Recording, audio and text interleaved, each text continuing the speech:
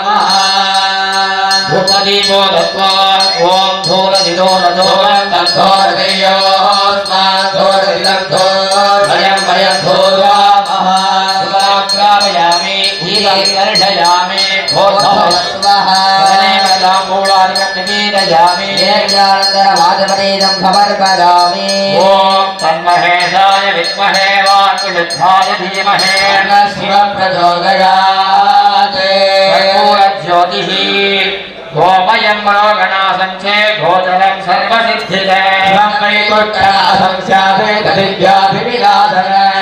मोक्षप्रदं विद्यादे पञ्चगव्यफलमस्तुभयोरात्रियोस्य दासदेहस्तैहवपराता भगवो भव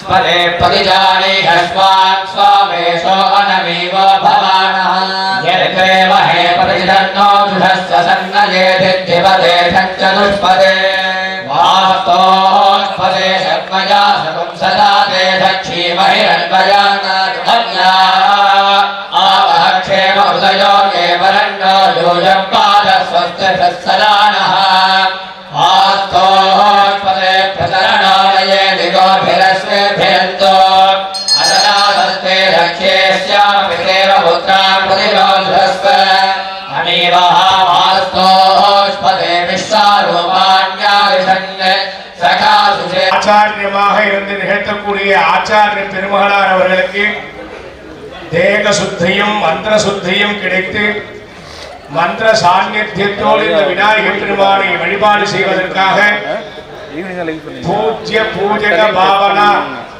பூஜிக்கப்படுபவனாகவும் பூஜை செய்பவனாகவும் இந்த இடத்திலே அவர் எல்லோரும் திரளாக வருகை தந்து மகா கும்பாபிஷேக யாக பூஜையில் பங்கு கொண்டு சித்தி விநாயகர் பெருமானுடைய திருவருளை பெற்றுவாறு உங்களை அன்போடு நினைவூட்டி மகிழ்கின்றோம். श्री स्वर्णबंधन महाकुंभाभिषेकम के चतुर्थ दिवस के प्रातःकालीन सभा में सभी जजमान भक्तजनों का हार्दिक अभिनंदन और स्वागत। पिछले 26 तारीख अर्थात पिछले रविवार से हम महाकुंभाभिषेक के पूर्वांग पूजाओं में संलग्न हैं। उनके पूरे तत्वों को उस जल में समाहित कर हम यहाँ स्थापित करेंगे ताकि वहाँ गर्भगृह में जो विनायक भगवान हैं उनके गर्भगृह को पूर्ण तरीके से शुद्ध किया जाए, साफ किया जाए, जो कुछ भी वहाँ पर और जीर्णोद्धारण का काम होगा वो सब किया जाए। और तब तक विनायक जी हमारे पास इस कलश के रूप में यहाँ स्थापित रहेंगे क्योंकि कला आकर्षण से उनको यहाँ पर संकर्षित कर दिया गया है। अब ये पूजा इसलिए किया जा रहा है कि समस्त भिलाई नगरी ही नहीं बल्कि इसके आसपास जुड़ी हुई जितनी भी नगरियां हैं, इन सभी नगरों में इनके पावन प्रभाव व्याप्त हो और सभी भक्तजनों को उनके अभीष्ट वरों का प्रदाय सिद्ध हो। इसके अलावा महाकुंभाभिषेक करने के पहले ये सारी प्रक्रियाएं इसलिए आवश्यक होती हैं कि कुंभाभिषेक के पिछले कुंभाभिषेक से जो 12 साल बीते हैं, उन 12 सालों में कई सारे तत्व ऐसे हो जाते हैं जहां भगवान के श्री विग्रह को कहीं ना कहीं थोड़ी हानि पहुंचती है, और उस हानि को पूर्ति करने के लिए, उनको वापस उनमें मंत्र शक्ति जागृत करने के लिए, तमाम चीजों को फिर वापस उसी तरह दैवी बनाने के लिए ये सब अनुष्ठान अति आवश्यक है। अतः हमारे आचार्यगण इस अनुष्ठानों में पूरी तरह लगे हैं। लेकिन जो आचार्य इन अनुष्ठानों के लिए यहाँ पर आए हैं, वो भी स्वयं को परिपूर्ण रूप से शुद्ध करना चाहते हैं, और वह उसके लिए यहाँ पे विभिन्न तरह के पूर्वांग पूजाओं में वो अपने आप को भी समस्त रूप से शुद्ध करके भगवान के सामने भगवान को आवाहन करने की अपने आप को उस परिपाटी में सही पाने के लिए ये सब अनुष्ठान कर रहे हैं। पुनः एक बार हम सब श्री सिद्धि विनायकालय में भिलाई तमिल मंडलम की ओर से आप सभी भक्तजनों से और जजमानों से निवेदन करते हैं कि प्रत्येक पूजा में भारी संख्या में उपस्थित होकर के इस यज्ञ और पूजा का फल भी प्राप्त करें और इस महाकुंभाभिषेक स्वर्ण बंधन को अपने आप में एक सफल आयोजन और उत्सव में परिणित करें।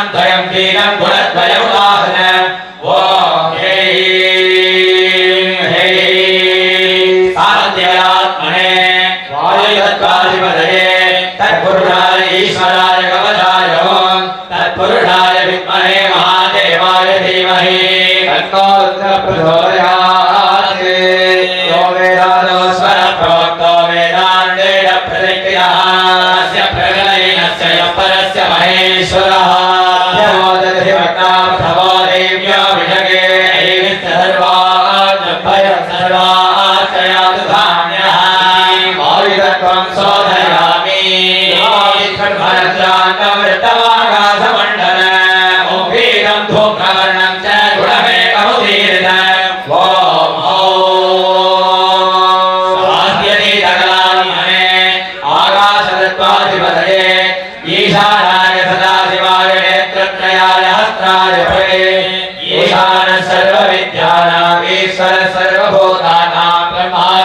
ब्रह्मणाधिपति ब्रह्मा शिवो मे अस्तु सदा शिवो ईमानशोकवर्धन्वे पीताभा सत्यनोपमास्याया मध्ये परमात्मा व्यवस्थितः निर्भयेनामहे सुगन्धं पुष्टिवर्धन उर्वारुकविबन्धनाद्यो रक्षीयमामुदात्मयोराग्नियोत्याश्चरे हस्तैः परादा भगवो आवासनत्वं शोधयामि ॐ सुमुपराय मुद्रया गानग्रन्थिं छेदयामि नाभिग्रन्थिं छेदयामि हृदयग्रन्थिं छेदयामि ललाटग्रन्थिं छेदयामि ललाटग्रन्थिं छेदयामि इति भद्रग्रन्थिं छेदन आत्मानान्तरात्मा च परमात्मा तदैव च तत्त्वात्मा चैव भूतात्मा पञ्चात्मेशिरकीर्तिताः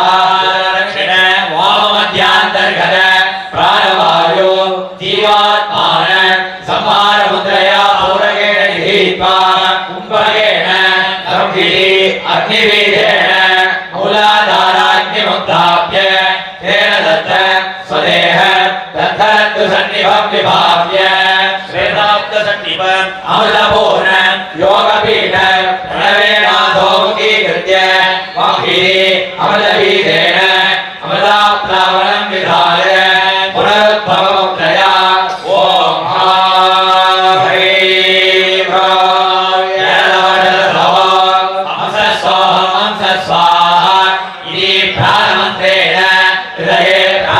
ॐ विभाग्य इति दहनाप्लावनं मूलाप्लावनं विधाय अस्त्रेण करो संशोध्य अंगुष्ठादिकनिष्ठान्त कनिष्ठादि अंगुष्ठान्त दक्षिणमध्यमादि वामानामिकान्त सृष्टिस्थिति संहाराग्नि संशोध्य पर्वणि पर्वणि पुष्पं विन्यस्य पुनः पञ्चब्रह्मकैः मूर्धादिपादान्त पादादिमौल्यन्त अघोरादिसत्योन्त द्रविडक्रमेण विन्यस्य हृदयादिषडङ्गन्यते संविधाय ओम होम ईशानमूर्ताय महामूर्तिनि ओम हे चतुराकाय महावक्रे ओम वज्रयाय महाहृदये ओम आयर्काय महानाभो स्तोत्रमूर्तये महापादयो ओम असादिकराय महामूर्ते ओम हे शान्तिकाय महावक्रे ओम त्यागाय महाहृदये ओम त्रिदाकाय महानाभो ओम वृत्तिकाय महापादयो ओम दुस्तानानि पूजा होमस्वामीना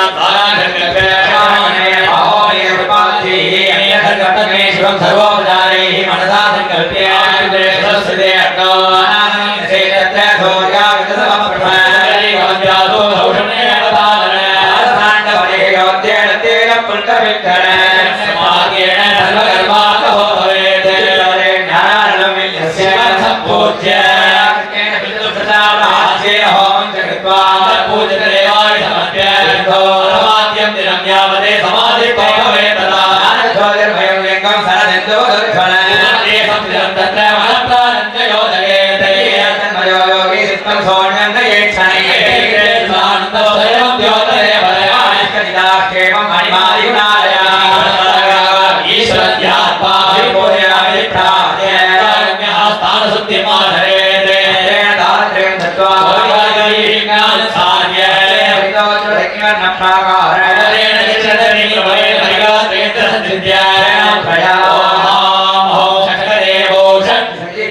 मूर्धादो विभाव्य रक्षां भावयेत् पृथिव्यासनाय मूर्तये नमः विद्महे सर्वसिद्धीद धीमहि तन्नो प्रचोदयात् नमः विशेषार्घ्यं परिकल्प्य अपहर्ष्यसाग्राणि सविलासमास्याः इति प्रोक्तः देवी सिद्धान्तकैः दिव्यानि निक्षिप्य मूर्ति पंचः संपूज्य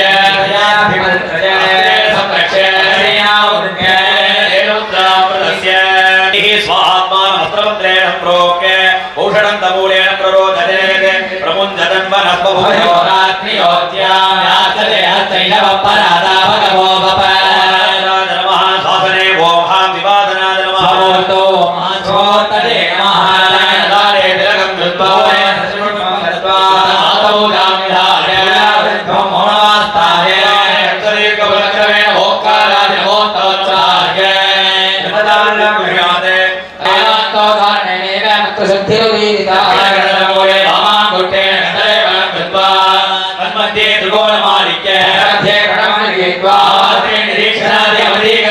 ध्यानं कृत्वा पूज्ये ध्यानाभ्यच्ये ध्यानं कृत्वा पूज्ये प्रोक्ष्य अंजलिं बद्ध्वा रेखचाव्यक्तो वास्तविग्रह क्षमन्तकलपुरद्वय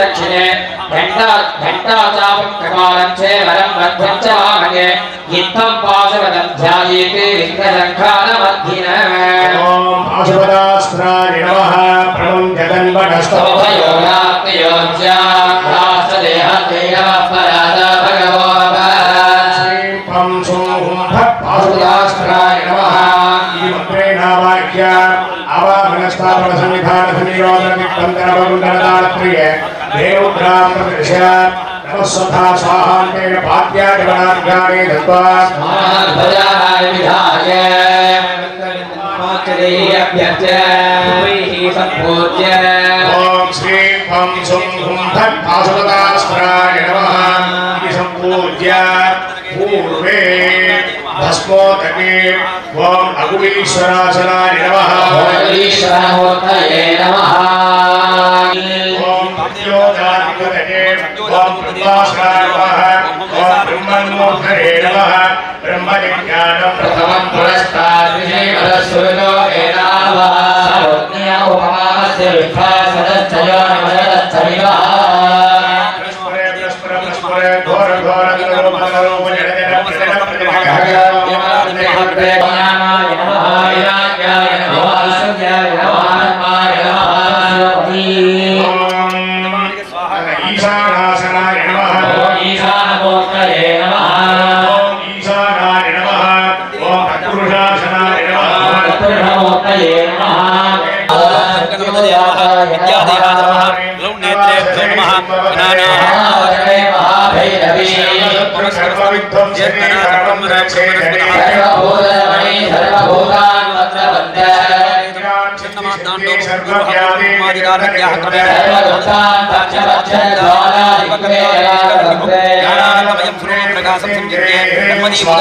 क्रमेण द्वादशान्तादे अदङ्ग विद्या प्रलादेवदार्य चन्द्रमौळि सदृशविद्याविङ्गमाण्डुप्राणप्रवाहवन्दनाभिषेक्य अचलीगतं विचित्य सद्योजानेन वाक्ये वामदेवेन पद्मासनसहस्राब्दे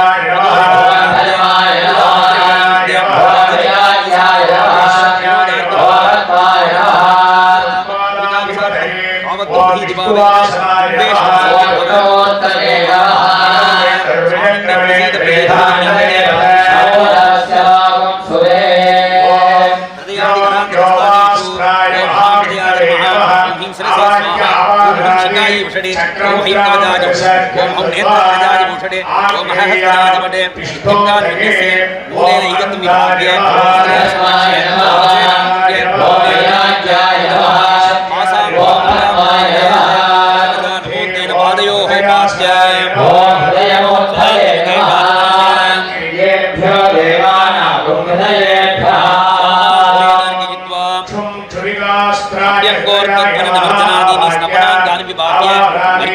बिन्दुना संस्थाप्य सूक्ष्म आससा संस्थाप्य पूर्वोदय पाद्याचमनार्घ्यान् तर्प्य पंचामृतोदकैः ओम अनन्ताय नमः धर्माय नमः विनाशाय नमः ऐश्वर्याय नमः आद्याय नमः शिवासनाय नमः शिवमूर्तये नमः आत्मनाद्यन्तरिक्षे भवाधि यावं धर्मप्रयोजने वधन्वानि धर्मधि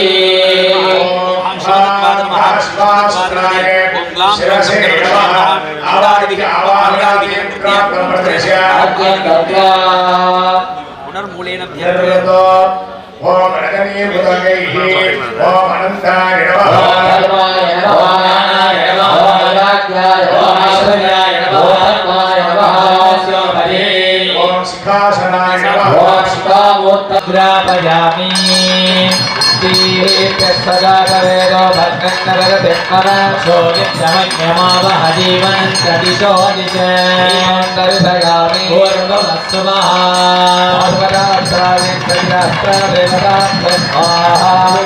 स्वाहायुक्तं नागवल्लीन वेदोकसंयुक्तं कोलकविरुक्यदा मालिकेरन्दत्वेदां पूर्णं निवेदयामि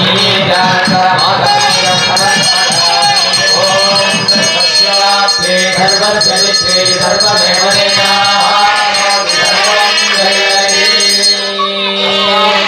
पाशुपदास्थाय नमः कर्पूरज्योतिः आचार्यः पाशुपदास्त्रं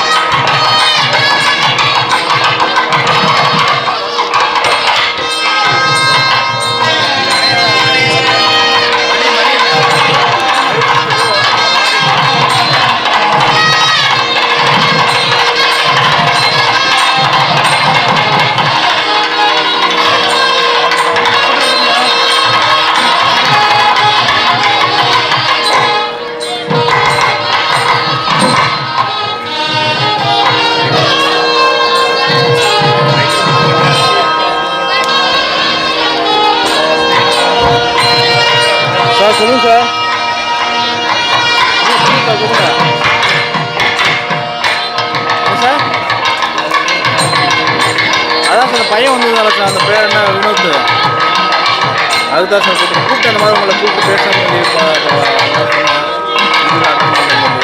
அதான் மாதிரி உங்களுக்கு ஜாயின் பண்ண சொன்னீங்க நானும் அதான் ஜாயின் பண்ணோம் அப்புறம் பார்த்துக்கலாம் அப்படின்னு காலப்போக்கில் நல்ல பையன் சார் நல்ல பையன் அதனால அதான் சார் நான் என்ன கேட்டீங்கன்னா நல்ல பையன் அதனால அவன் நம்பி அனுப்பிச்சுடல நான் அனுப்பவே மாட்டேன்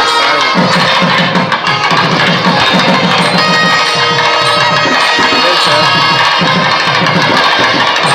இது பிளாய் ஹலோ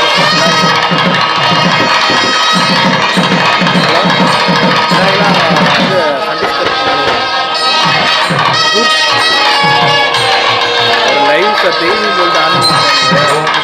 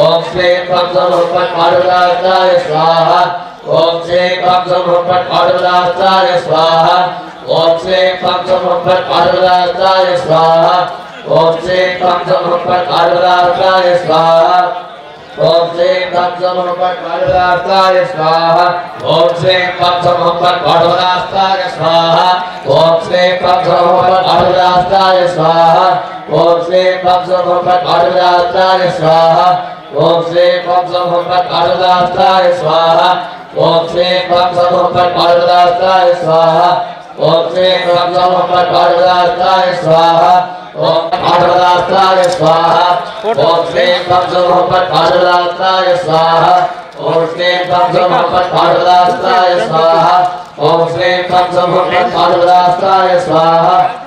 श्री पंचमोपट पार्वदास्ताय स्वाहा ओम श्री पंचमोपट पार्वदास्ताय स्वाहा ओम श्री पंचमोपट पार्वदास्ताय स्वाहा ओम श्री पंचमोपट पार्वदास्ताय स्वाहा ओम श्री पंचमोपट पार्वदास्ताय स्वाहा ओम श्री पंचमोपट पार्वदास्ताय स्वाहा ओम श्री पंचमोपट पार्वदास्ताय स्वाहा ओम श्री पंचमोपट पार्वदास्ताय स्वाहा ओम श्री पंचमोपट पार्वदास्ताय स्वाहा ओम श्री पंचमोपट पार्वदास्ताय स्वाहा ओम श्री पंचमोपट पार्वदास्ताय स्वाहा ओम श्री पंचमोपट पार्वदास्ताय स्वाहा ओम श्री पंचमोपट पार्वदास्ताय स्वाहा ओम श्री पंचमोपट पार्वदास्ताय स्वाहा ओम श्री पंचमोपट पार्वदास्ताय स्वाहा ओम श्री पंचमोपट पार्वदास्ताय स्वाहा ओम श्री स्वाहा ओम श्री पंचमोपट पार्वदास्ताय स्वाहा ओम श्री पंचमोपट पार्वदास्ताय स्वाहा ओम श्री पंचमोपट पार्वदास्ताय स्वाहा ओम श्री पंचमोपट पार्वदास्ताय स्वाहा ओम श्री पंचमोपट पार्वदास्ताय स्वाहा ओम श्री पंचमोपट पार्वदास्ताय स्वाहा ओम श्री पंचमोपट पार्वदास्ताय स्वाहा ओम श्री पंचमोपट पार्वदास्ताय स्वाहा ओम श्री पंचमोपट पार्वदास्ताय स्वाहा ओम श्री पंचमोपट पार्वदास्ताय स्वाहा ओम श्री पंचमोपट पार्वदास्ताय स्वाहा ओम श्री पंचमोपट पार्वदास्ताय स्वाहा ओम श्री पार्वदास्ताय स्वाहा ओम श्री पंचमोपट पार्वदास्ताय स्वाहा ओम श्री पंचमोपट पार्वदास्ताय स्वाहा ओम श्री पंचमोपट पार्वदास्ताय स्वाहा ओम श्री पंचमोपट पार्वदास्ताय स्वाहा पंचमोपट पार्वदास्ताय स्वाहा ओम श्री पंचमोपट पार्वदास्ताय स्वाहा ओम श्री पंचमोपट पार्वदास्ताय स्वाहा ओम श्री पंचमोपट पार्वदास्ताय स्वाहा ओम श्री पंचमोपट पार्वदास्ताय स्वाहा ओम श्री पंचमोपट पार्वदास्ताय स्वाहा ओम श्री पंचमोपट पार्वदास्ताय स्वाहा ओम श्री पंचमोपट पार्वदास्ताय स्वाहा ओम श्री पंचमोपट पार्वदास्ताय स्वाहा ओम श्री पंचमोपट पार्वदास्ताय स्वाहा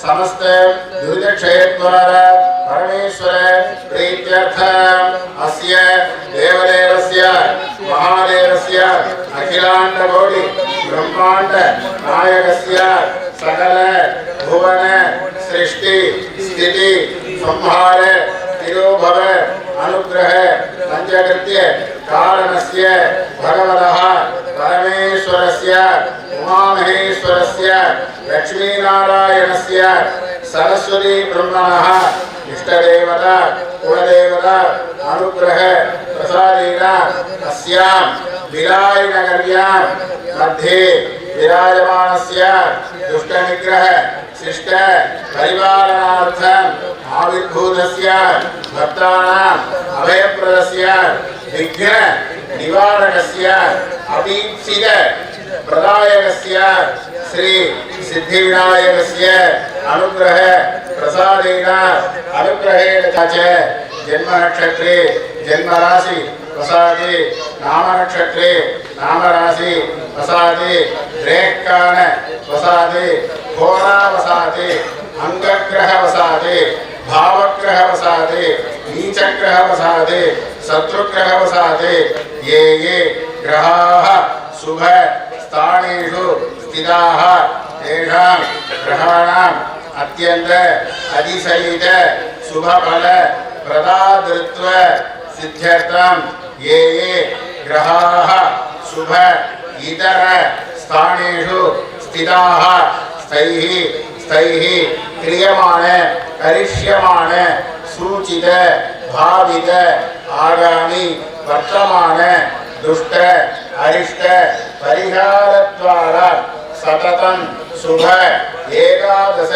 स्थानबल अवाप्त्यर्थं सूर्य सोम अंगारक बुध गुरु शुक्र शनैश्चर राहु केत्वादि नवग्रह क्रीडा परिहारार्थं गृहे नित्यमंगल नित्यकल्याण नित्यश्रीः सौशील सौलभ्य सौहार्द सौमनस्यादि सकल संपत्ति अवाप्त्यर्थं अस्यां विलायनगर्यां उत्तर भारत क्षेत्रे विद्यमानानां सर्वेषां भक्तमहाजनानां लोके निवसतां सर्वेषां भक्तमहाजनानां च सर्व अभीष्ट सिद्ध्यर्थं सर्वेषां जन्माभ्यासादि जन्म प्रवृत्ति ये रक्षण पर्यन्तं बाल्ये वयसि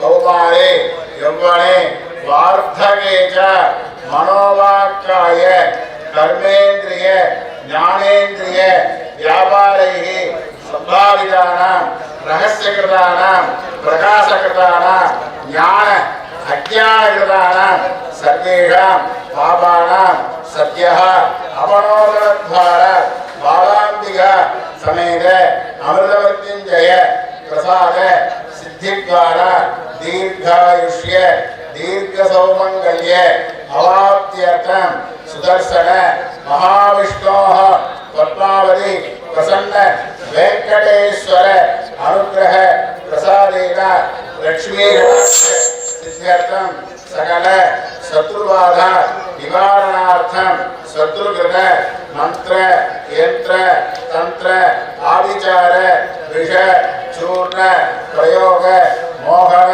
स्तंभन मारण उच्चारण विद्वेषण बंधनादि प्रयोगादिभ्यः रक्षा प्राप्त्यर्थम् अस्य देवदेवस्य महागणपतेः अनुग्रह प्रसादेन सकल कार्येषु निर्विघ्न सिद्ध्यर्थं मनसि संकल्पित भविष्यकाल कार्येषु उत्तरोत्तर जयत्व प्राप्त्यर्थं तत्कार्यार्थं अनेक मूल्य प्राप्त्यर्थं वल्ली देवसेना समेत शिवसुब्रह्मण्य स्वामिनः अनुग्रह प्रसादेन पुत्र पौत्रादि वंश अभिवृद्ध्यर्थं संगीत नाट्य विज्ञान सकल कलासु नैपुण्यत्व सिद्ध्यर्थं सकल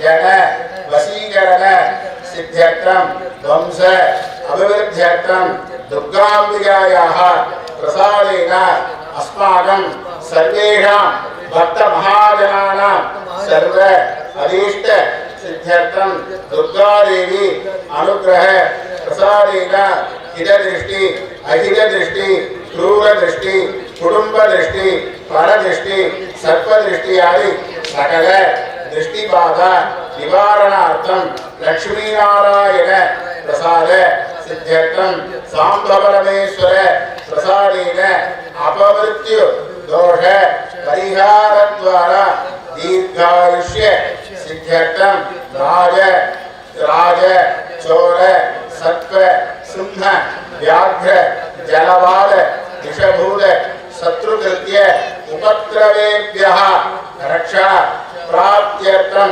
कुलदेवता अनुग्रह प्रसादेन कुमार कुमारीना विवाह आनुकूल्य सिद्ध्यर्थं पौत्र दौहित्रादि वंश अभिवृद्ध्यर्थं सर्वेषां षष्ट्यर्थपूर्ति शताभिषेक पूर्णाभिषेक कनकाभिषेकादि दीर्घायुष्य नित्यमंगल परंपरा अवाप्त्यर्थं मानव मानवीनां सकल विद्यापारंगता सिद्ध्यर्थं कन्यकानां यौवनानां उचितकाले कल्याण प्राप्त्यर्थं दंपतीनां अन्योन्य प्रेमान् अभिवृद्ध्यर्थं व्यवसायिकानां उचितकाले सुवृष्टि प्राप्ति द्वारा कृषि वले सर्व सस्य धान्य औषधि अभिवृद्ध्यर्थं अन्न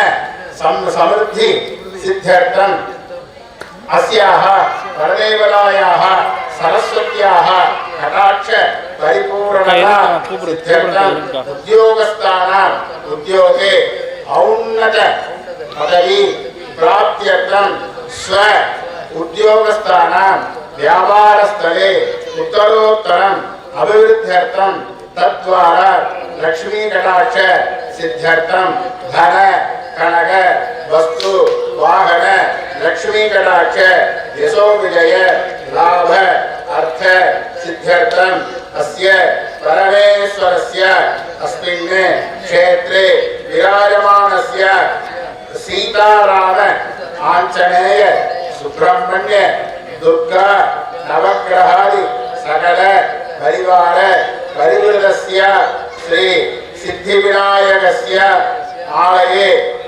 पंचम भागे पुनरावर्तन जीर्णोद्धारण अष्टबंधन महाकुंभाभिषेक स्वर्णबंधन महाकुंभाभिषेकार्थम् अस्य परमेश्वरस्य परिपूर्ण अनुग्रह प्रसाद सिद्ध्यर्थं अस्यां क्षेत्र अस्य आलयस्य वायव्य दिग्भागे नूतन यागमण्डप निर्माण पुरस्सर नवाग्नि पूर्व प्रतिष्ठा होम अष्टकाल याग क्रमेण महाकुंभाभिषेकाख्य महामंगल वैभवं परिवार देवतानां पृथक् पृथक् यागशाला निर्माण पूर्वक अष्टकाल याग क्रमेण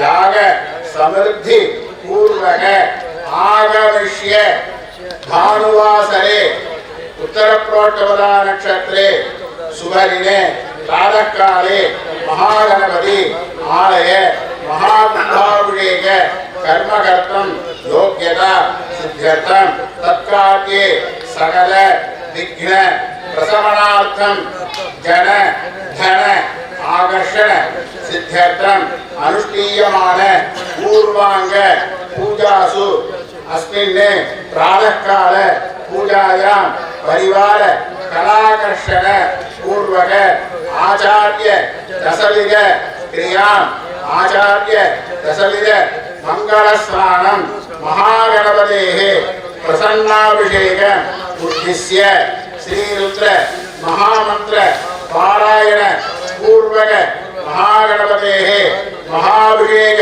प्रसन्नाभिषेकादिकम् आचार्य मुखेन कर्म करिष्ये तदंगम आरंभकाल मुहूर्त लग्न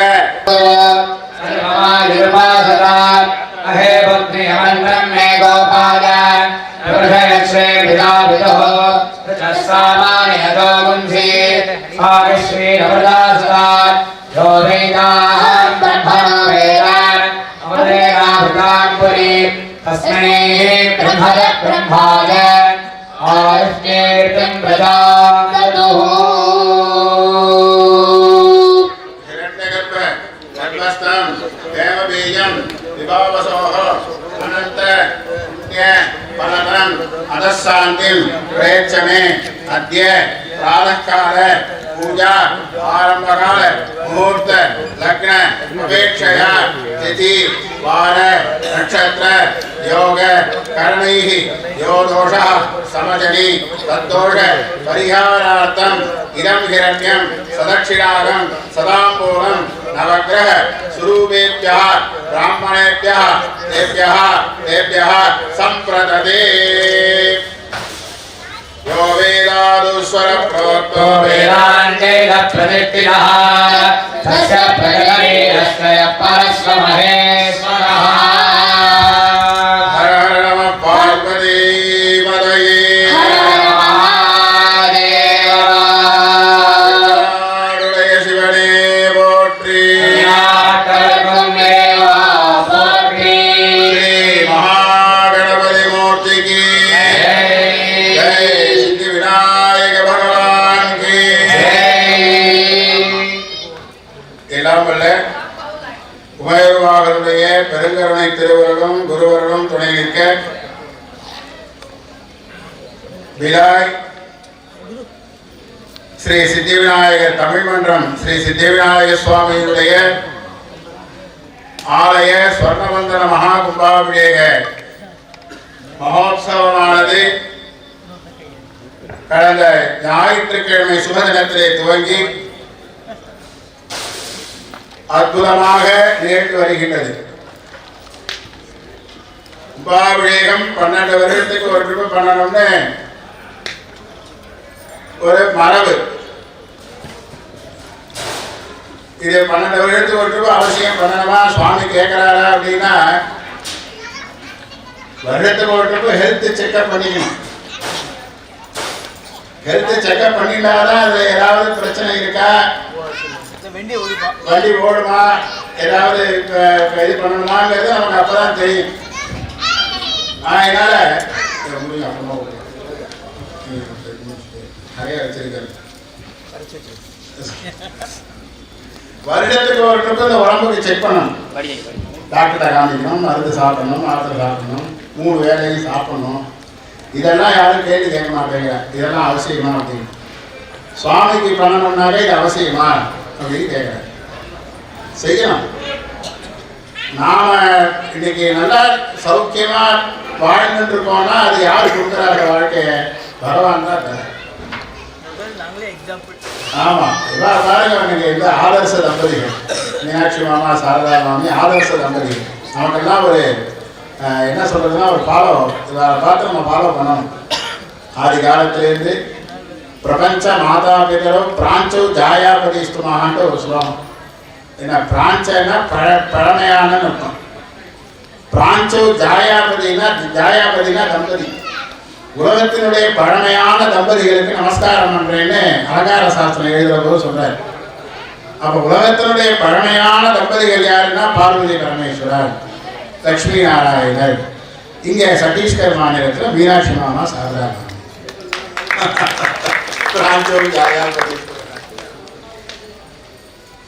வாழ்க்கைங்கிறது நமக்கு கிடைச்சிருக்கிற ஒரு மிகப்பெரிய அபூர்வமான விஷயம். இந்த உலகத்தில் இந்த ஆன்மாக்கள், இந்த உடம்புல இருக்கிற ஆன்மாக்கள் பிறக்கிறது, செத்து போகிறது, புனரபி ஜனனம், புனரபி மரணம், புனரபி மாதா ஜடரே சயனம்னு ஆதிசங்கரர் பாட்டு. மறுபடியும் பிறக்கிறோம், மறுபடியும் செத்து போகிறோம், மறுபடியும் பிறக்கிறோம். இப்போ இதுக்கு ஏதாவது ஒரு உண்மையான இது என்ன அப்படின்னு கேட்டாக்க ரெண்டு விஷயம். இந்த உலகத்திலையும் மேலையும் கீழையும் இந்த ஜீவன் போயிட்டு வர வரைக்கும் இந்த ஜீவனுக்கு ஒரு பாதுகாப்பு வேணும். இது ஒரு விஷயம். ரெண்டாவது, இந்த பிறப்பு இறப்புங்கிற நிலையிலிருந்து இந்த ஜீவன் விடுபடணும். இது ரெண்டாவது. மூணாவது, விடுபட்டா இந்த ஜீவன் இந்த உடம்புல இருக்கிற ஆன்மா அதுக்கப்புறம் சுக சௌக்கியமா இருக்கும்.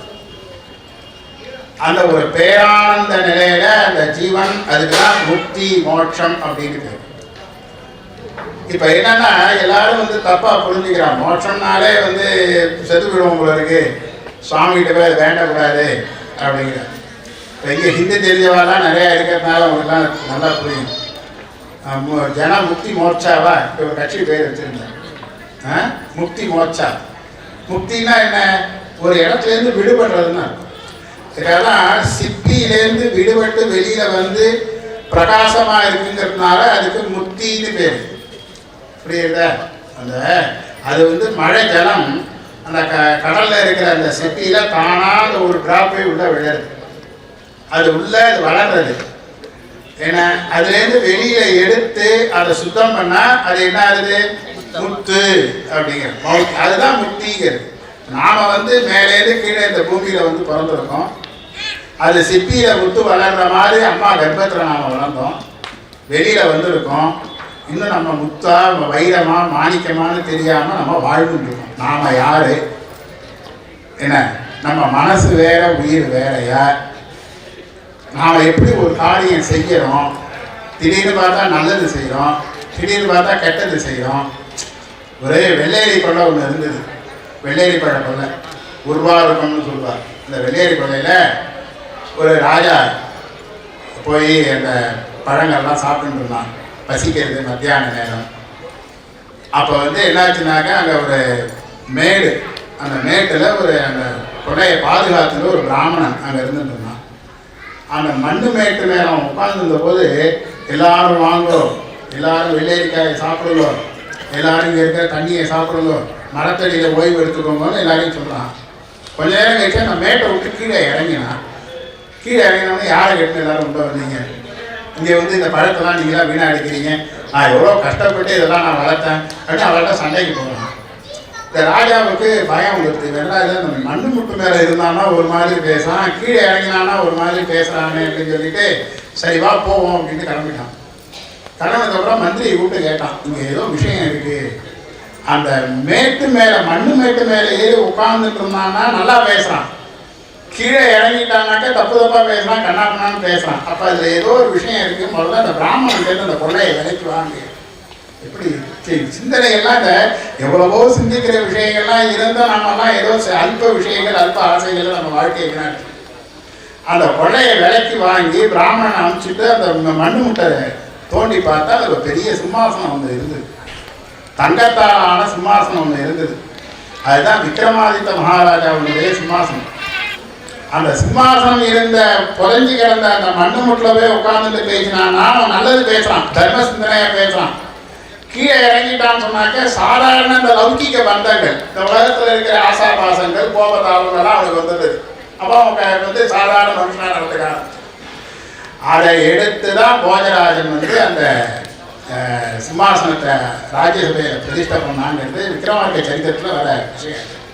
அதுபோல் இந்த உலகத்தில் நாம் ஒரு சமயம் நல்லவாளாக இருக்கா, ஒரு சமயம் கெட்டவாளாக இருக்கா, ஒரு சமயம் தர்மம் பண்றா, ஒரு சமயம் அதர்மம் பண்றா. இதுக்கெல்லாம் என்ன காரணம்ங்கிறத நாம சிந்திக்கணும். நாமும் அதோட மயங்கி எல்லாத்தோடையும் சேர்ந்து போயிட வேண்டாம்னு அருணகிரிநாத சுவாமிகள் நிறைய சொல்றார். அருணகிரிநாத சுவாமிகள் திருப்புகழ் அருமையா பாடியிருக்க, கந்தர் அலங்காரம் பாடியிருக்க. அதை விட ரொம்ப உயர்ந்தது கந்தர் அனுபூதி. கந்தர் அனுபூதியில இது இந்த உலகத்தில் நடக்கிறது எல்லாம் பொய், நான் பார்க்கறது எல்லாமே பொய், எனக்கு நல்லா தெரியுது, ஆனால் நானும் அதில் தான் போய் வாழ்ந்துட்டு இருக்கேன், நானும் அதை தான் போய் செஞ்சுட்டு இருக்கேன், என்னுடைய மனதை அதுலேருந்து மீட்க முடியல அப்படிங்கிற என்ன. நான் இந்த இதுலேருந்து விடுபட முடியல. இப்போ தாமரை இலை இருக்குது இல்லையா, தாமரை இலை எதில் இருக்கு? தாமரை பூவும் தாமரை இலையும் குளத்திலேயே தான் இருக்கு. ஆனால் அந்த குளத்திலேயே இருந்துருந்தாலும், அந்த தண்ணியில் அது இருந்தாலும், தண்ணியை சுமந்து இருந்தாலும் சாச்சோம்னா தண்ணி அதில் ஒட்ட. இதே சாஸ்திரம் பத்மபத்ரம் விவாம்பசா அப்படிங்கிறது. தாமரை இலை தண்ணியா இந்த உலகத்தில் வாழ்ந்து பழகிடும். உலகத்தோடையும் சேர்ந்து இது விட்டு கொடுத்தனா நீ சந்தோஷமா இரு. நீ அதை நினைச்சு வருத்தப்படுறதும் வேண்டாம், ஒரு விஷயத்தை நினைச்சு ஆசைப்படுறதும் வேண்டாம், ஒரு விஷயத்தை நினைச்சு கவலைப்படுறதும் வேண்டாம். உன் கூட பகவான் இருக்க, உனக்கு என்ன செய்யணும்னு அவருக்கு தெரியும், அவரு உன்னை காப்பாற்றுவார். நீ உன்னுடைய சந்தோஷத்தை ஒருபோதும் விட்டு கொடுக்காத அப்படிங்கிறது தான் நம்முடைய பெரியவர்கள் சொல்லியிருக்க.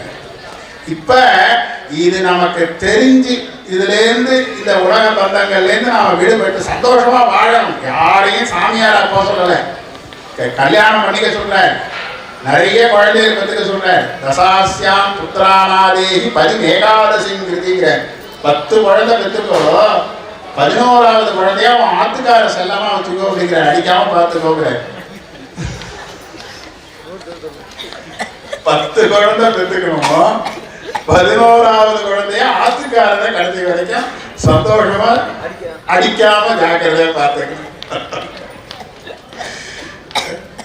இதான் வேதங்கள்லாம் இப்படிதான் சொல்றது பாருங்க. நிறைய சம்பாதி அப்படிங்கிறார். அஜரா அமரவத் பிராஜ்ஞா வித்யாம் அர்த்தஞ்ச சிந்ததி. நமக்கு வயசாகிடுதுன்னு நினைக்கவே கூடாதான். எந்த விஷயத்துல? படிக்கிறதுலையும் பணம் சம்பாதிக்கிறதுலையும். ஏன்னா இவர் ஏதோ சாமியாரா போங்கிற மாதிரி ஆன்மாவை பற்றி பேசிட்டு இருக்காருன்னு நினைக்க கூடாது. இதெல்லாம் அனுபவிக்கணும். இதுலயே ஆனா இருந்துட்டு இருக்கக்கூடாது. அல்வா சாப்பிடணும், நல்லா இருக்கு சாப்பிடணும், அல்வாவே சாப்பிட்டோம்னா வயிறு முடி போயிடும். அதுதான் நமக்கு இந்த உடம்புக்கு தேவையானதெல்லாம் நம்ம செஞ்சுட்டு இருக்கோம். உடம்புக்குள்ள இருக்கிற உயிருக்கு தேவையானது எங்க கிடைக்கும்னா கோவில்ல தான் கிடைக்கும், சுவாமி கிட்ட தான் கிடைக்கும், பகவான்கிட்ட தான் கிடைக்கும். அதுதான் நாம என்ன செய்யறோம்? ஜீவனுக்கு என்ன பண்ணணும்? ஜீவனுக்கு ஏதாவது புண்ணியம் தேவை. இந்த செத்து போனதை கூட இந்த உடம்புல இருந்து போற உயிரோட கூட போறது என்னன்னா நாம செய்யற கர்மா தான். நாம செய்கின்ற கர்மாக்கள் தான். நல்வினை தீவினை ரெண்டும் இருக்கு. பாவம் புண்ணியம், தர்மம் அதர்மம். நாம என்னென்னலாம் பண்ணியிருக்கோமோ அதனுடைய அந்த இது மட்டும், அந்த சாரம் மட்டும் இந்த உயிரை விட்டு போக அது உயிரோடையே சேர்ந்துட்டு இருக்கு. நாம நல்லது நிறைய பண்ணியிருந்தோம்னாக்க இந்த உடம்பு வீணா போயிடுது, இந்த உடம்பு செத்து போயிடுச்சுனாக்க மறுபடியும் இந்த ஜீவன் அடுத்தது இந்த ரெண்டு பேலன்ஸ் பண்ணி அடுத்த பிறவியை சாமி கொடுக்குறேன். இந்த ஆன்மாவுக்கு நல்லது நிறையா இருக்கு, புண்ணியம் நிறையா இருக்குன்னா ஒரு நல்ல குடும்பத்துல விழாயில பிறக்க வச்சு ஒரு பிள்ளையாருக்கு ஒரு கட்ட வைக்கிறேன், சொர்ணம் பண்ணி கும்பாபிஷேகம் பண்ண வைக்கிறேன் இல்லையா? அந்த ஆன்மாவோட பாவம் நிறைய இருந்ததுன்னு சொன்னாக்க எங்கேயாவது ஒரு சாராய கடையில் வேலை பார்த்துட்டு அல்லது மாம்சம் வெட்டி சாப்பிட்டு இல்லையா, பாவங்கள் திருட்டு பொய் இந்த மாதிரியான பாவங்களையே செஞ்சுட்டு இருக்கோம். அருணகிரிநாதர் கேட்கிற வாழ்வாயின்னு நீ போ முருகா, நீ நல்லா சௌக்கியமா இருப்பீங்க. ஏன்னா இந்த பாழா போன பூமியில என்னை பிடிச்சி தள்ளிட்ட என்ன, நான் எவ்வளவு கஷ்டப்பட்டு இருக்கேன். 30 வயசு வரைக்கும் பெண்ணாசையில சுத்திட்டு இருந்தேன், அதனால அவருக்கு வியாதிலாம் வந்துருக்கு. அப்புறம் முருகன் தடுத்தாற் கொண்டு அவரை திருக்கோவில் பாட வைக்கிறேன். இந்த சோதனையெல்லாம் எனக்கு எதுக்கு முருகா அப்படின்னு கேட்கிறேன். என்ன இந்த பாழா போன இந்த வாழ்க்கையில தள்ளி என்னை இவ்வளவு ஆசைகளை எனக்கு கொடுத்து ஏன் எனக்கு இவ்வளவு ஆசையை கொடுத்தேன்னு கேட்கிறேன். எனக்கு ஏன் இவ்வளவு ஆசையை கொடுத்தேன்? இதெல்லாம் அனுபவிச்சு உடம்பு சீக்கா போய் இப்போ ஊரே என் மேலே காரி துப்பி ஏளனம் பண்ற நிலைமைக்கே நான் ஆளாக்கிறதுக்கு அப்புறம் ராஜகோபுரத்துலேருந்து கீழே விழுந்து தற்கொலை பண்ணிக்கலான்னு போன விட வேண்டியதானே, கையால் தாங்கினீங்க. கையால தாங்கி வேலாயுதத்தால நாக்கில் ஓம்னு எழுதி திருப்புகழ் பாட முத்தி திரு பக்தி திருநகைன்னு சொல்றாங்க.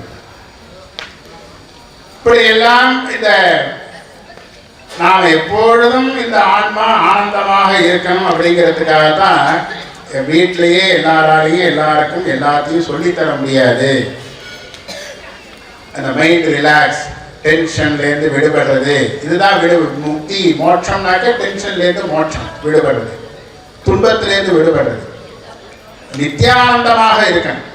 அப்படி இருக்கிறதுக்கு ஒரு இடம் என்னன்னாக்கா அதுக்காக தான் கோவில் அப்படின்னு வச்சா. ஆலயம், ஆன்மா இந்த ஜீவன், லயம் ஒடுங்குகின்ற இடம், ஒருங்கிணைந்து அங்க போயிட்டோம்னா மனது ஏகாக்கிரமா ஆயிடும். பகவானுடைய அலங்காரத்தை, பிள்ளையாரை பார்த்து, அந்த அலங்காரத்தை பார்த்து, அந்த தீபத்தை பார்த்து, அங்க சொல்லப்படுற அந்த மந்திரங்கள் எல்லாம் காதால கேட்டோம்னா நம்ம மனசுல இருக்கிற கவலையெல்லாம் போயிடும், தீய சிந்தனைகள்லாம் போயிடும். அப்ப நம்ம அப்படியே ஏகாக்கிரத்தோட கொஞ்ச நாள் இருந்தா போதும். செல்போனை ரீசார்ஜ் பண்ணா அதுக்கப்புறம் நிறைய நேரம் அது வேலை பார்க்கறதும், ஒயர் இல்லாம வேலை பார்க்கறதும். அதுபோல கோவில்ல இந்த ஆன்மாவை கொஞ்சம் சுவாமிக்கு முன்னால உட்கார வச்சு கொஞ்சம் ரீசார்ஜ் பண்ணிட்டு போயிட்டோம்னா வெளியில என்ன நடந்தாலும் நாம ரொம்ப சந்தோஷ மிகுதியால தலைகீழ நிற்கவும் மாட்டோம், ரொம்ப துன்ப மிகுதியினால அழுதுண்டும் உட்கார்ந்துட்டு இருக்க மாட்டோம். எதையும் தாங்கும் இதயம், மன உறுதி அது கிடைச்சோம். அதுக்கு பேர் தான் வைராக்கியம் அப்படிங்கிற. இதெல்லாம் இந்த பூமியில அவதாரம் பண்ண சுவாமி விவேகானந்தர் ஒவ்வொரு யோகத்தையும் நமக்கு ரொம்ப அற்புதமா ரொம்ப எளிமையா எழுதி தந்திருக்க. எல்லாம் இந்த காலத்து இளைஞர்களுக்கு வடநாட்டில் அந்த வாய்ப்பு இருக்கு எல்லாருக்கும்.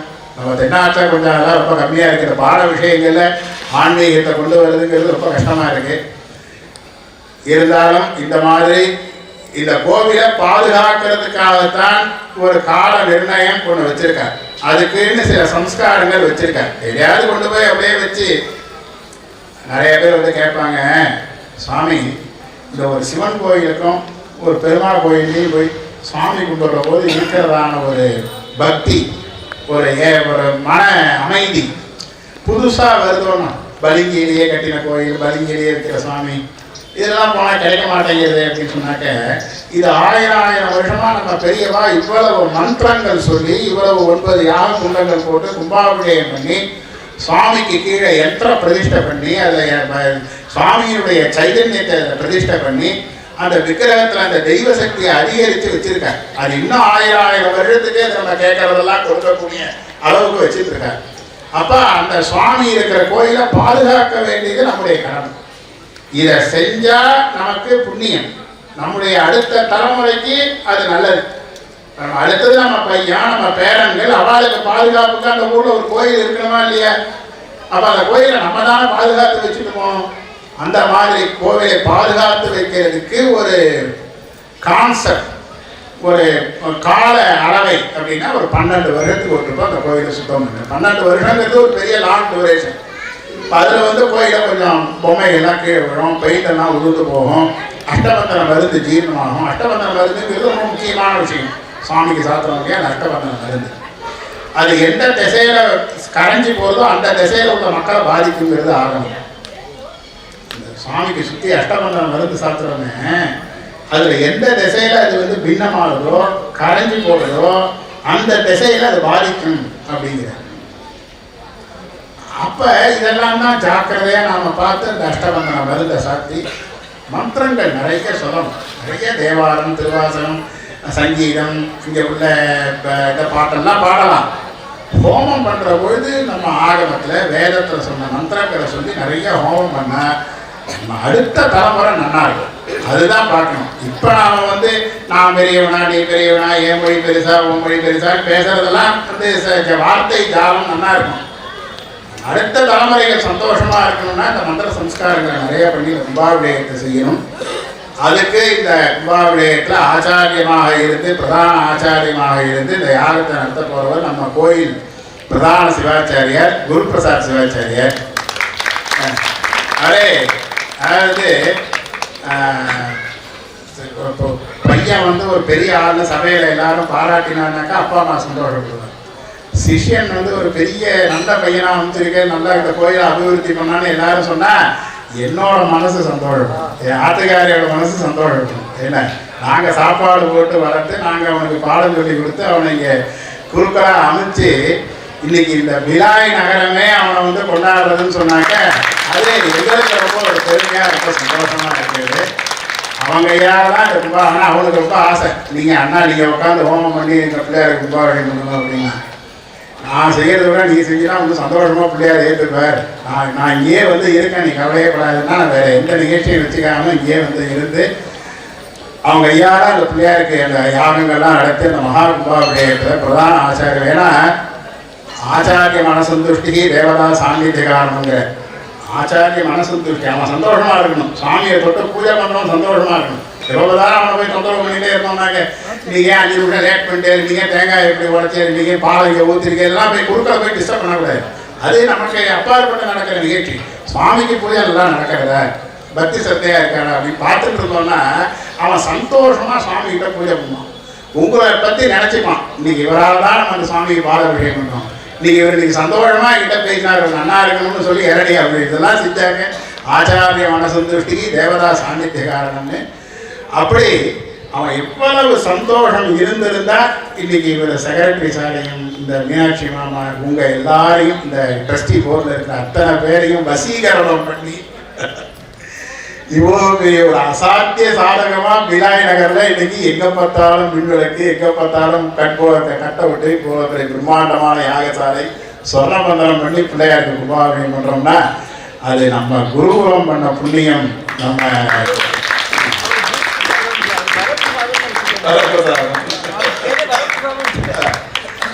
நம்ம பையனுங்க இங்கே தொடர்ந்து எப்பொழுதும் இங்கே போன கும்பாபிஷேகத்துலேருந்து 12 வருஷம் ஆகுது நம்ம குழந்தையெல்லாம் இங்கே பூஜை பண்ணிட்டு இருக்கா. சரவணன் அது மாதிரி ஓராச்சேரி பையன், அவனுக்கு சீக்கிரம் கல்யாணம் ஆகணும். அவனுக்கு ஒரு பரம சாடு 2 குருக்கள் இருக்கிற இடத்துல 2 பேரும் ஒத்துமையாக இருந்தால் தான் கோயில் நல்லா இருக்கும். இவன் 2 பேரும் அந்த மாதிரி இவன் வீட்டை போட்டால் அவன் தாண்டதில்லை, அவங்க வீட்டை போட்டால் இவன் தாண்டதில்லை. ஒரு அருமையாக 2 பேருமா இருந்து இன்னும் நிறையா குருக்கள்லாம் இன்னும் 10 பேரை வச்சு சமாளிக்கிற அளவுக்கு இந்த கோயிலுக்கு கூட்டத்தை வரவழைக்கணும். அப்படி இந்த கோயில் நல்லா அபிவிருத்தி ஆகணும். நம்ம பாடசாலையோட இந்த கோயில் தொடர்ந்து தொடர்புடைய இருக்கும்.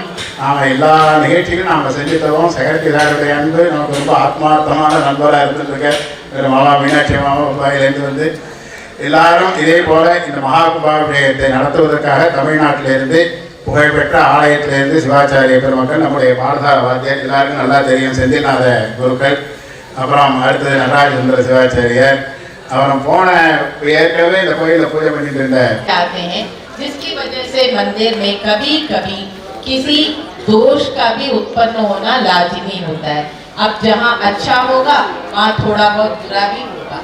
तो जब हम गाड़ियों को पूरी तरह से ठीक करने में और अपने शरीर के लिए लाखों लाखों रुपए लगाने में कतरते नहीं, तो ईश्वर के इस दिव्य निवास स्थल को महाकुंभाभिषेक के रूप में पूर्ण रीति रिवाजों के साथ करने के लिए, पूर्ण यज्ञों के साथ, आहुतियों के साथ, पूर्ण पूजा अर्चनाओं के साथ करने के लिए हम क्यों इतना सोचते हैं?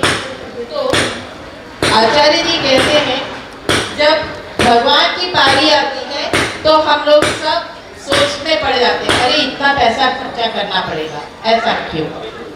तो यहाँ पे बताया जा रहा है, आचार्य जी ने बड़े अच्छे तरीके से बताया कि पार्वती परमेश्वर महाविष्णु महालक्ष्मी इस दुनिया के सबसे पुराने अजर अमर दंपति हैं। उन दंपतियों की अपनी शक्तियों को वो हम सब तक पहुंचाते हैं और ये कार्य करवाते हैं, और उनके ही स्वरूप में आज यहाँ पे हमारे इस मंदिर जो 1977 में 2 फरवरी को ही यहाँ पहला कुंभाभिषेक प्रतिष्ठित हुआ था, उस समय जो फाउंडिंग मेंबर्स थे मीनाक्षी सुंदरम मामा और शारदा मामी, वो उसी रूप में हमारे बीच आज उपस्थित है और पूरे महाकुंभाभिषेक के दौरान वो यहाँ रहकर अपने समस्त परिपाटियों से हमारी शक्तियों को आगे बढ़ते हुए इन्होंने कहा कि जीवन एक यात्रा है। जब माता के गर्भ में बच्चा पलने लगता है और जब वो बाहर आने का समय, प्रसव का समय आता है, तो वो बहुत अधिक कष्ट में होता है और वो भगवान से पूछता है कि मुझे बाहर क्यों आना है, क्यों मुझे इस जंजाल में डाल रहे हो। तो भगवान उसको कहते हैं कि इस जंजाल में तुमको सीखने के लिए अभी और भी बहुत कुछ है, इसलिए तुम्हारा यहाँ अवतरण होना आवश्यक है, क्योंकि एक आत्मा का अंतिम स्थान मोक्ष होता है। अब यहाँ मोक्ष और मुक्ति को आप लोग अलग अलग ना लें, उसको मृत्यु से ना जोड़ें। मोक्ष का मतलब होता है कि जब हम अपनी इच्छाओं को परिपूर्ण कर लेते हैं, या मन में अब कुछ पूछा जाए कि आपकी क्या इच्छा है, तो कोई इच्छा नहीं है, केवल संतोष है, तो वो मोक्ष की स्थिति को हम पहुंच चुके होते हैं।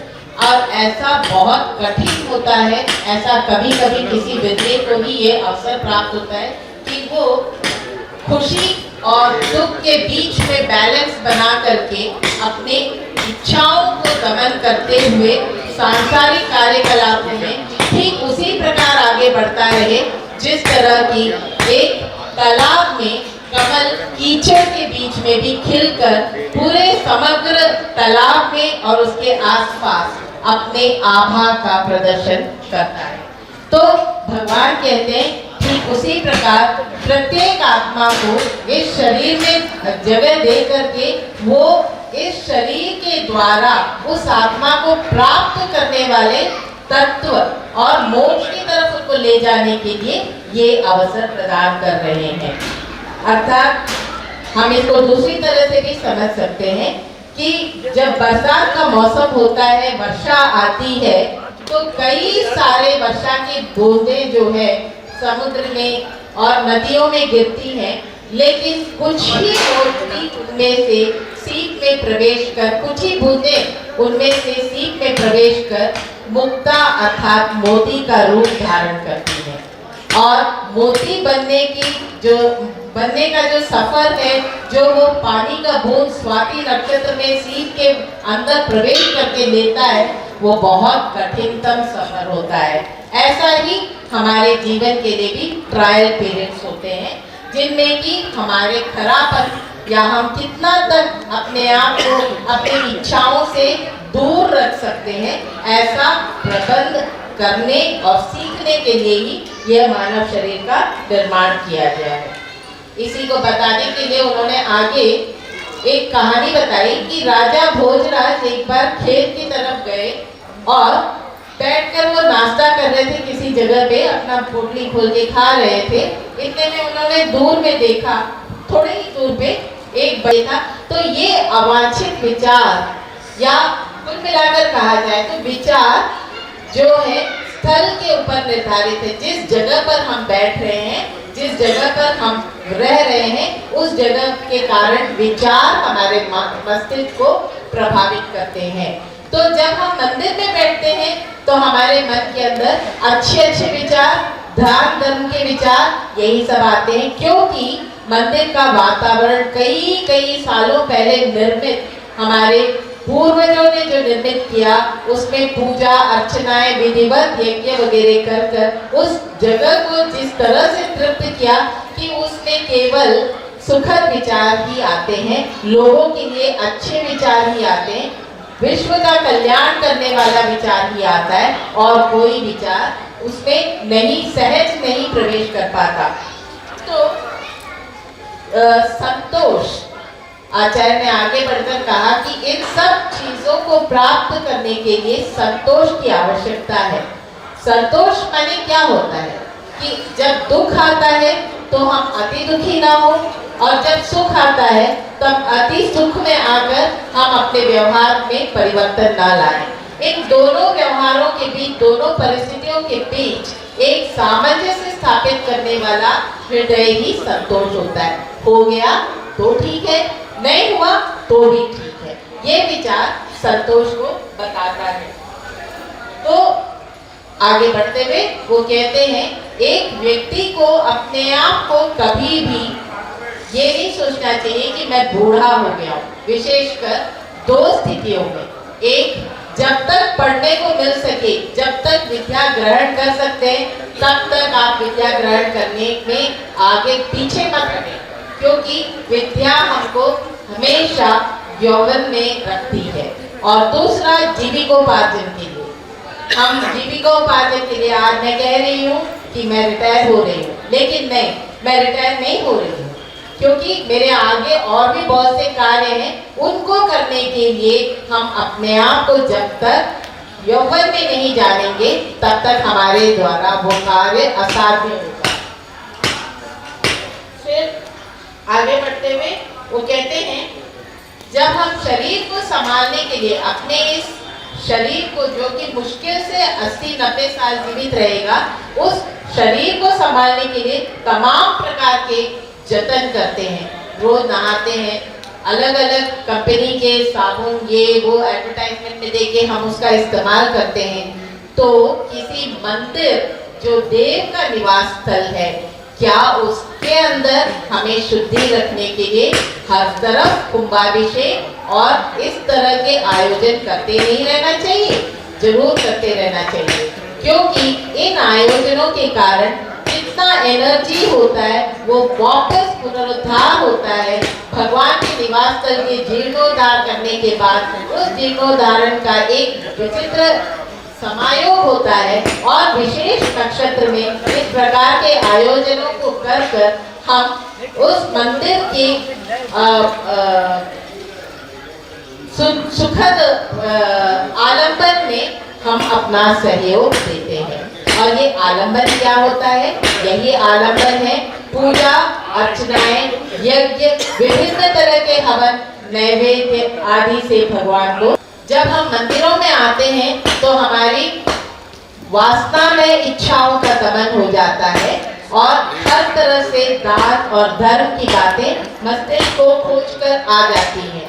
तो विभिन्न रूपों में हम रहते हुए भी अगर हम अपने चित्त को एकाग्र करना चाहते हैं, अपने मन को एकाग्र करना चाहते हैं, तो मंदिरों में इस तरह का प्रति 12 वर्ष, चाहे उससे पहले चाहे उसके बाद, हर तरह की पूजा अर्चनाएं, स्वर्ण बंधन, अष्टबंधन, दैवीय लेप, औषधीय लेप, इन सब का समागम करना अति आवश्यक है। तो जब ये भावनाएं कब आती हैं? जब हम भिलाई छोड़कर दूसरी जगह में क्षेत्राटन करने जाते हैं, तब हम सोचते हैं, अरे कितना भव्य मंदिर है, क्यों हमारे भिलाई में ऐसा क्यों नहीं हो सकता? क्या हम भिलाई के मंदिर को ऐसा नहीं कर सकते? तब यहाँ उत्तर आता है कि महाकुंभाभिषेकम, इस तरह के जो फंक्शंस हैं ये इसीलिए किया जाता है ताकि हमारे जगह में वो भी उसी तरह का प्रभावशाली मंदिर बने, जिस तरह की हम क्षेत्राटन करने पर जाते हैं, दर्शनार्थ जाते हैं, परंतु वहाँ थोड़ी देर से ज़्यादा ठहर नहीं पाते। लेकिन अपने निवास जगह पर जब हम ऐसे मंदिर को बनाते हैं, प्रतिष्ठित करते हैं, तो हम नित्य ही उस मंदिर में आ सकेंगे और उस प्रधान मूर्ति का आशीर्वाद हमें प्राप्त होता रहेगा। तो मंदिर के पीढ़ियों में, जैसे 1977 में अभी मैंने बताया, उस मीनाक्षी सुंदर मामा और शारदा मामी के दिव्य निर्देशन में ये मंदिर स्थापित हुआ, और उसी तरह से ये 5वां अब कुंभाभिषेक है। तो हम चाहेंगे कि इस तरह का कुंभाभिषेकम का आयोजन होते होते ये सदियों तक आगे बढ़ता रहे और अगली पीढ़ियों तक हस्तांतर होता रहे। लेकिन अब आती है पारी आचार्य गणों की। आचार्य गण भी अपने आप को संतुष्ट करने के लिए, स्वयं को परिपूर्ण रूप से विशुद्ध रखने के लिए विभिन्न रीतियां, विभिन्न तरीके से स्वयं को शुद्ध करते हैं। सिद्धि विनायक आलयम के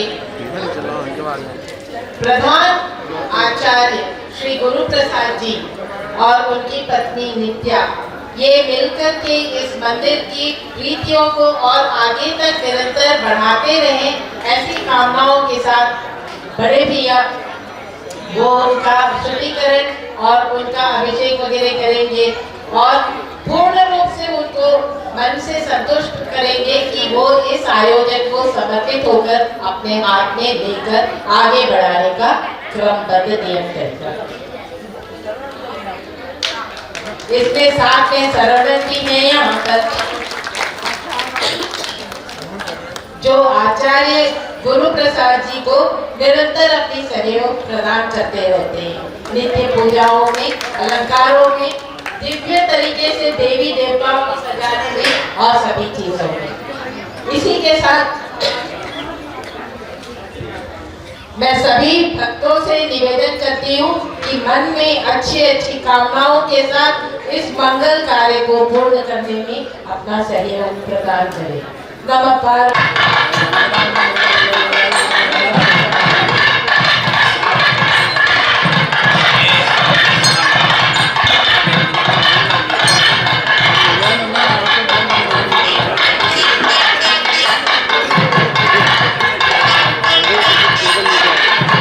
बहुत टेबल लीजिए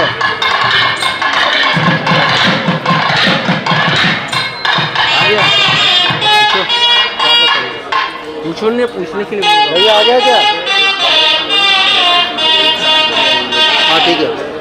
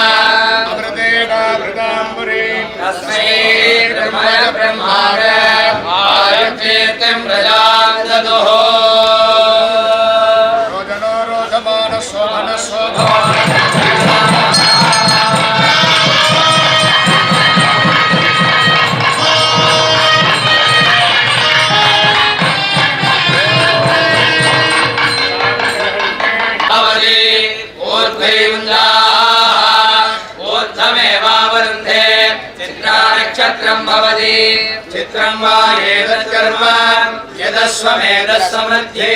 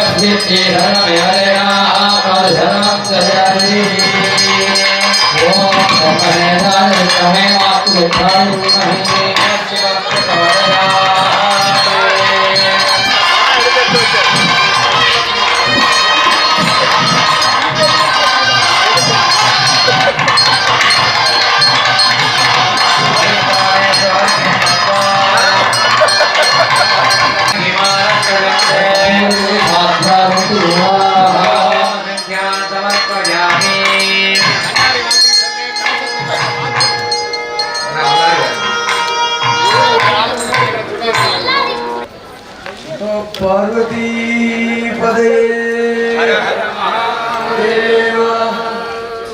विशेष नहीं है ये तो अमावास्या भोरे अमावस्या कहते हो गया तो ऑथेंटिसिटी अभी 10-15 दिन पहले जाके उन्होंने उस पावर को लिया है, लेकिन आज जाके उनके जो अभिषेक होने वाला है, आज से ये एक और लेवल में प्रवेश करने वाले हैं। अभी बहुत बड़ा जो इनके जो मेरे को जो सौभाग्य मिला, इस जो जिस कार्यक्रम जो करने वाले हैं उसको जो मौका देने के लिए मेरे को उसको करने के लिए मेरे को जो छोटा से मौका मिला, उनके जो संप्रदाय जो हुआ है वो मेरे द्वारा जो हुआ है बहुत अच्छा मेरे को लग रहा था। इनके सबको जो बेस जो है ना बहुत स्ट्रांग होना चाहिए। उस स्ट्रांग जो बेस जो है ये अपना जो प्रधान आचार्य आप सबको मैं बोल रही एक बार तो तमिलनाडु जब भी जाएंगे इनका जो भी वेद पाठशाला है वहाँ पे एक वैधीश्वरन कोयल करके जो एक जगह है वहाँ पे वैद्यनाथ स्वामी जितने भी जिनको भी बड़ा बीमारी जो होते थे उनको मनाते रहते वहाँ जाते हैं। वहाँ से 4 किलोमीटर दूर में इनका वेद पाठशाला है। ये जितने भी जो पंडित लोग आए हैं जितने भी सब इनके शिष्य हैं। वैसे हजारों सदस्य हैं जिन्होंने तैयार करके पूरा दुनिया में लोग जो है आप देखे होंगे पहला दिन छेड़ा देखे कि नहीं देखे पता नहीं। इनको जो गुरु पूजा किया अपना वहाँ पे जैसे जो प्रवेश कर रहे थे तो जो गुरु पूजन जो किए हैं तो देखे मेरे को रुकता खड़ा हो गया। जो अपने जो पारंपरिक जैसे जो है तो आज भी उसको संभाल करके हैं। इन्हीं की वजह से आज जो वेद तमिलनाडु और बाकी जहाँ में जो पानी भी बारिश जो हो रहा है इन्हीं लोग की वजह से जो हो रहा है विधि विधान से सब कुछ जो अब देखे इन लोग एकदम शुरू से अंडर स्कूल नहीं जाते हैं। 5 साल 6 साल के बाद जो जुड़ी पढ़ा के इनके यहाँ पे चले जाते हैं। तो गुरु माँ का जो आज से खाना पका के जो खिलाते हैं उसी से 8 साल 10 साल वहीं रह के खाना पीना कपड़ा सब कुछ देते हैं।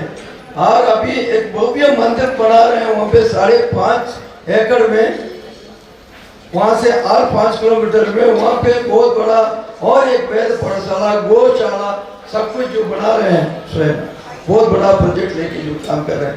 एक बार आप सब जाना चाहिए। जाने से पता चलेगा और क्या काम कर रहे हैं वहाँ पे देश के लिए। इनको क्या इनको कोई जरूरत नहीं है इस उम्र में जाके इतना जो इतना बड़ा रिस्क ही है। एक मंदिर बनाना इतना आसान नहीं, वो भी छोटे मोटे मंदिर नहीं। ये तो छोटा से मंदिर है, वैसे 10 गुना बड़ा बना रहे हैं वहाँ पे। मैं जाके देखे आया, मेरे को तो मैं एक्सप्लेन नहीं कर पा रहा हूँ कितना बड़ा मंदिर जो बना रहे हैं, क्या प्रोजेक्ट है।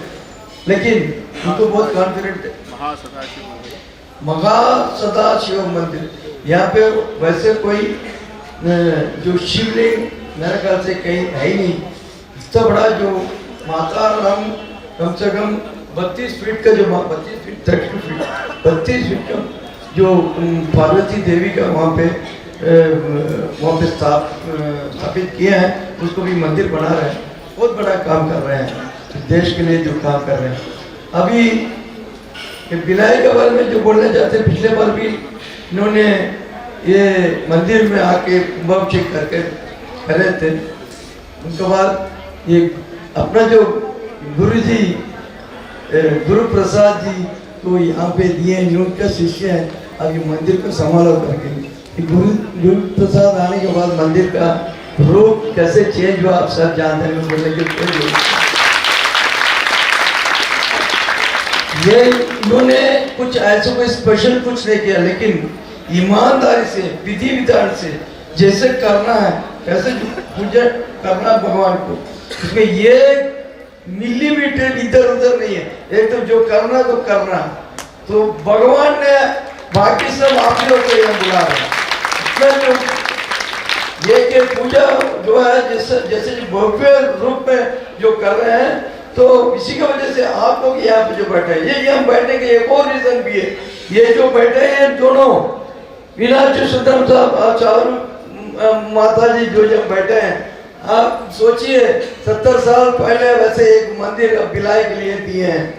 इन्होंने ये मंदिर बनाने का अख्तियार किया है, पैसा लेके आया, एक टाइप का मंदिर बनाए।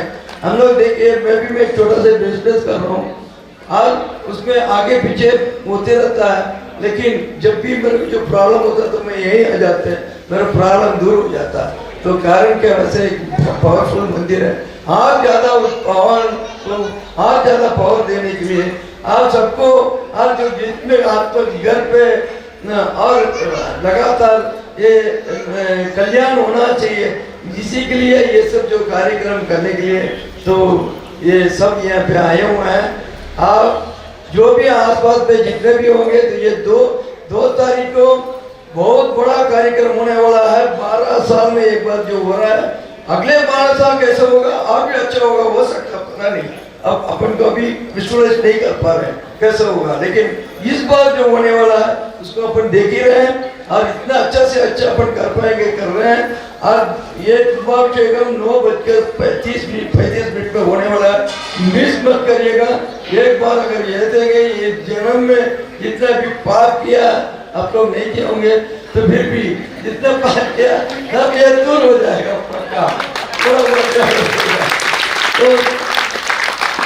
मतलब उसके बाद शाम को उसी दिन 2 तारीख शाम को जो है बहुत बड़ा सिद्धि जो विवाह भी होने वाला है इस मंदिर के जो हाल में, उसके लिए बारात अपन को एकदम बड़ा रूप में, छत्तीसगढ़ में सबसे बड़ा रूप में अपन एक बारात लाने वाले वहां से सेक्टर 2 अय्यप्पा मंदिर से जितना लोग उसमें आ सकेंगे। 3 साढ़े 3 बजे 4 बजे शुरू होगा, 7 बजे हम पहुंच जाएंगे।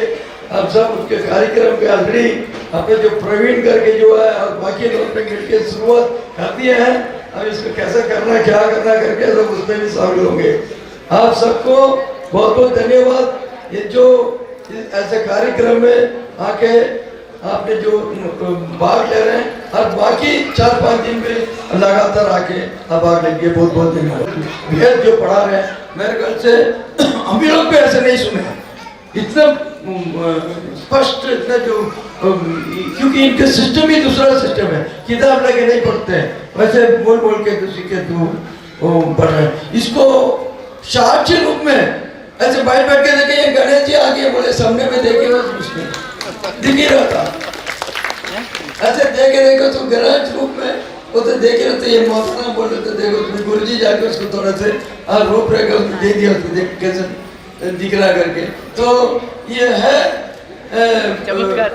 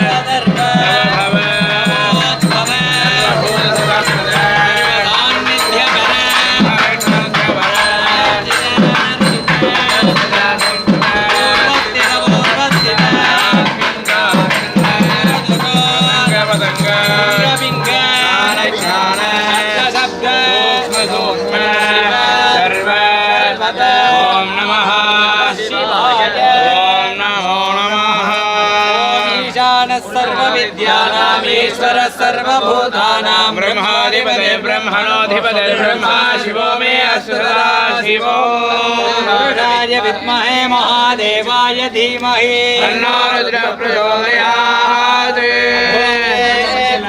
घोरेभ्यो घोरतरेभ्यः सर्वेभ्यः सर्वेभ्यो नमस्ते अस्तु सर्वे वामदेवाय नमो ज्येष्ठाय नमः श्रेष्ठाय नमो रुद्राय नमः कालाय नमः फलविकरणाय नमो फलविकरणाय नमो फलाय नमो फलप्रवचनाय नमः सर्वभूतरमणाय नमो भवाय नमः